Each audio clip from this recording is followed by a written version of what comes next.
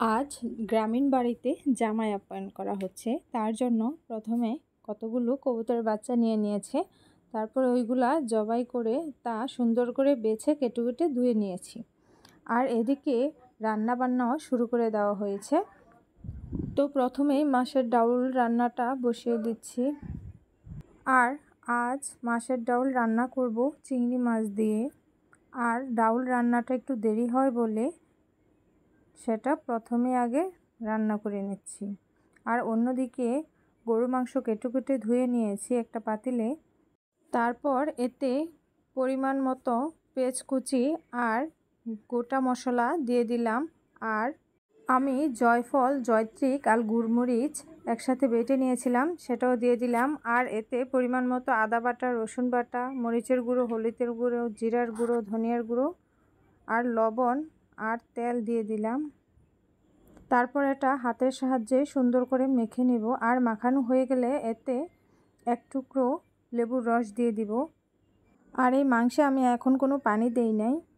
তারপর এটা চুলায় বসিয়ে ঢাকনা দিয়ে ঢেকে কিছুক্ষণের জন্য জাল করে নিব। আর এই মাংস থেকে যে পরিমাণে পানি উঠবে সেই পানি দিয়ে মাংসটাকে ভালো করে কষিয়ে নিব। আর অন্যদিকে আমার ডাউল রান্নাটাও প্রায় শেষ পর্যায়ে, তার জন্য কয়েকটা কাঁচামরিচ দিয়ে দিয়েছি। আর 2 মিনিট জাল করার পর ডাউল রান্নাটাও হয়ে গেল। তারপর এদিকে আবার কবুতরের মাংস রান্নাটা বসিয়ে দিচ্ছি। তাই প্রথমে একটা কড়াইতে পরিমাণ মতো তেল দিয়ে এতে গোটা মশলা দিয়ে দিলাম। আর পেঁয়াজ কুচি আর পরিমাণ মতো লবণ দিয়ে দিলাম। তারপরে একটু নেড়েচেড়ে পেঁয়াজগুলো একটু ভেজে এতে অল্প করে রসুন বাটা আর আদা বাটা দিয়ে দিলাম। তারপর আরেকটু নেড়েচেড়ে অল্প একটু পানি দিয়ে দিলাম। আর এতে শুকনো মশলা দিয়ে কিছুক্ষণ কষিয়ে নিলাম। তারপর এতে কবুতরের মাংসগুলো দিয়ে দিলাম। আর একটু নেড়েচেড়ে এটা ভালো করে মিশিয়ে নিব। তারপর এটা ঢাকনা দিয়ে ঢেকে কিছুক্ষণের জন্য জাল করে নিব। আর কিছুক্ষণ পর দেখো এই মাংস থেকে কি পরিমাণ পানি উঠেছে। এই পানি দিয়েই ভালো করে মাংসটা কষিয়ে নিব। তারপর আমার এই মাংসটা ভালো করে কষানো হয়ে গেলে এতে পরিমাণ মতো পানি দিয়ে দিলাম। দিয়ে আবার ঢাকনা দিয়ে ঢেকে কিছুক্ষণ জাল করে নিব। কিছুক্ষণ পর এসে আবার এটা নেড়েচেড়ে তারপর মাংসটা নামিয়ে নিলাম। আর দেখো আমার মাংসটা হয়ে গেল। আর অন্যদিকে গরু মাংস রান্নাটাও হয়ে গিয়েছে। আর এদিকে মুরগির মাংস বসানোর জন্য একটা কড়াইতে পরিমাণ মতো তেল দিয়ে পেঁয়াজ কুচি দিয়ে অল্প গোটা মশলা দিয়ে দিলাম। তারপর অল্প একটু লবণ দিয়ে পেঁয়াজগুলো ভাজা করে নেব।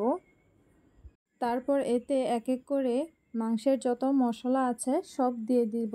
দিয়ে ভালো করে মশলাগুলো কষিয়ে নিব। প্রত্যেকটা মানুষই জামাই আপ্যায়নে কোনো ত্রুটি রাখতে চায় না, কারণ যার যতটুকু সামর্থ্য আছে সেই সামর্থ্য অনুযায়ী তার জামাইকে খাওয়াতে চায়। আর আমরা গ্রামীণ মানুষেরা খুবই আন্তরিকতা, কারণ একজনের কাজে অন্যজন সহযোগিতা করে। আর আজকের এই রান্নাগুলো আমি একা করিনি, আমার সাথে আমার শাশুড়ি মাও এই রান্নাগুলো করেছে। আর আমার শাশুড়ি মা আমাকে সব সময় সব কাজেই সহযোগিতা করে। আর এদিকে মা পোলাওটাও বসিয়ে দিচ্ছে। রান্নাবান্নাটা প্রায় শেষ পর্যায়ে। আর আশা করি আমার আজকের এই ভিডিওটি তোমাদের কাছে ভালো লাগবে। আর যদি ভালো লেগে থাকে তাহলে আমার এই চ্যানেলটাকে তোমরা সাবস্ক্রাইব করে যাবা। আর হ্যাঁ, অবশ্যই কমেন্টে বলে যাবা আমার এই ভিডিওটি তোমাদের কাছে কেমন লেগেছে। আর এরকম ভিডিও যদি তোমরা আরও দেখতে চাও তাহলে অবশ্যই আমার চ্যানেলটাতে ঘুরে আসবা।